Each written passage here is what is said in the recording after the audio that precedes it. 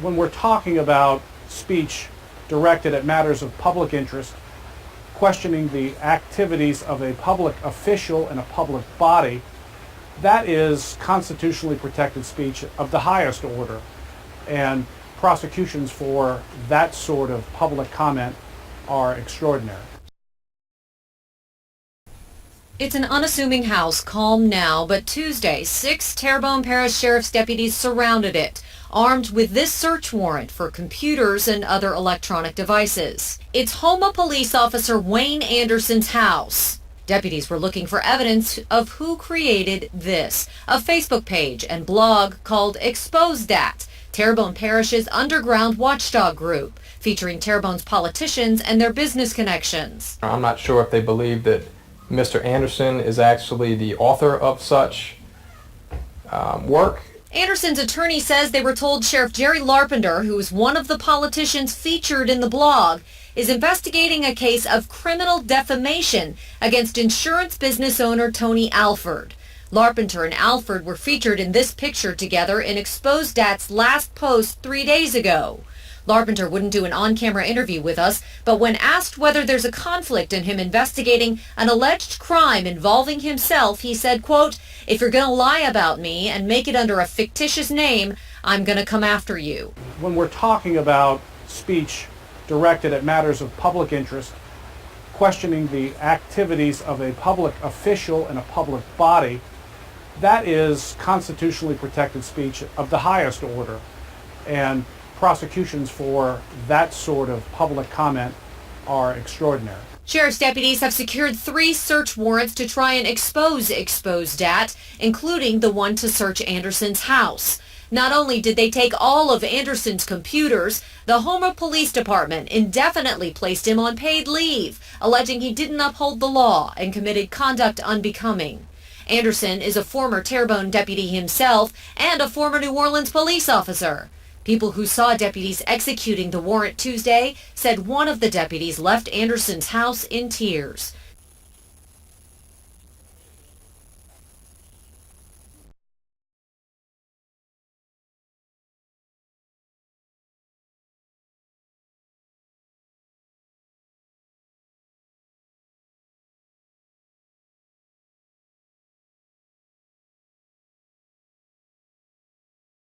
The eyewitness investigators broke the story when the Terrebonne Parish Sheriff raided a family's house trying to unmask a blogger who had criticized the sheriff's public contracts.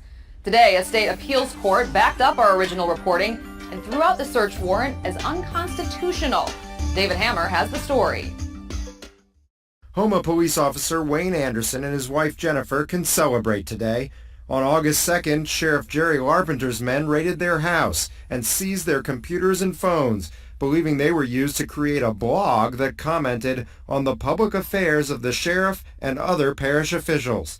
Today, an appellate court unanimously threw out the search warrant and ruled the criminal defamation law Larpenter's office used was unconstitutional. It's such a wonderful feeling when you know that justice has been served. The sheriff declined to comment on the ruling through his attorney, but Larpenter has been unapologetic about the raid.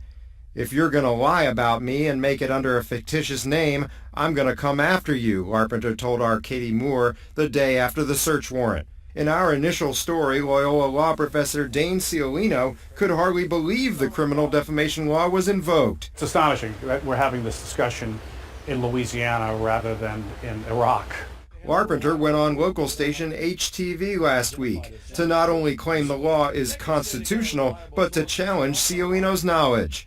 Now, if this so-called professor that they got out of whatever college he's from, and I hate to criticize anybody, but apparently he didn't look at the West Criminal Code book just to find out there is a statute in Louisiana that you can go by criminally. But the First Circuit Court of Appeal couldn't have been more clear in its one-page ruling today, backing up Ciolino and our original reporting. The sheriff's actions in searching the house pursuant to that warrant were, at least in my view, an egregious violation of the victim's constitutional rights.